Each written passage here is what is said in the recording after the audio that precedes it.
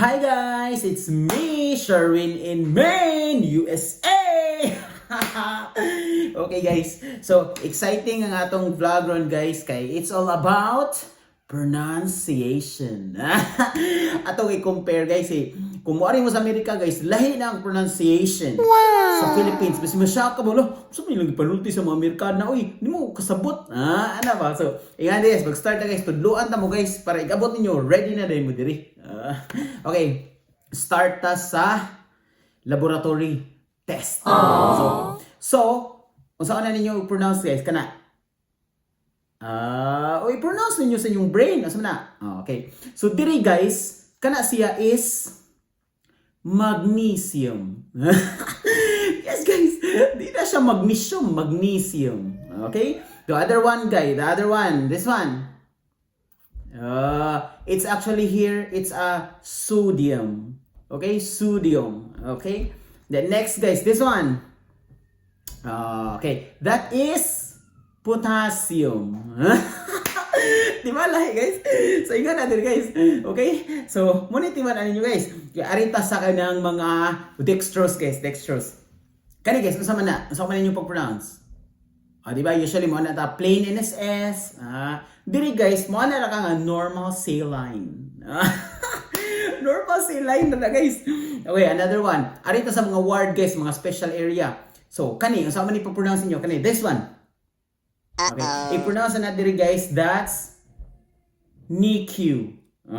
Dili na siya Nico guys, NICU. This one, that is PACU. Lahi sa paminaw guys. Pero tinuod na guys, dili na PACU guys, it's PACU. PACU na sa America guys.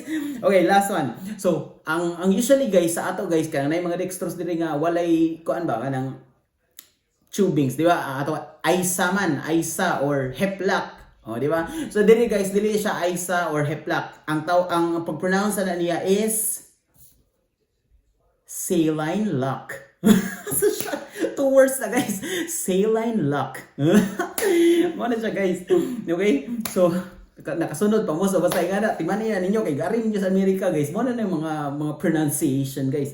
Okay, next guys, dili endorsement kaya bang dili siya endorsement. Endorsement ata. Di kasabot ang Amerikana guys. Imo ingnon, endorsement ata dili. Lahi diri guys, ang ilang tawag is hand off report. Again, hand off report. Wala endorsement diri guys. Okay, next. Magbahatag og tambal guys. Hatag ko sa kong pasyente guys. English ba yan niya? Ano ko? Hi, I'm here. I'm gonna give you some tablets. Wala lang kasabot guys. Tablet abi nila og kanang kuan guys. Kanang bitong ana-anaon ba gadget ka tablet. Come on. So dili na siya guys. Ang tawag sa mga tablitas diri guys kay pills. So ano yun ka? Hey, I'm here. I brought you some pills for you to take. Pills diri guys ang mga tablitas. Okay, last one. Ang antibiotic nga common sa ato guys kay Piptaz. Di ba? Piperacillin tazobactam, di ba? That's very common. Piptaz, igabot din guys Amerika, di na Piptaz guys. It's what? Sozane. Sozane.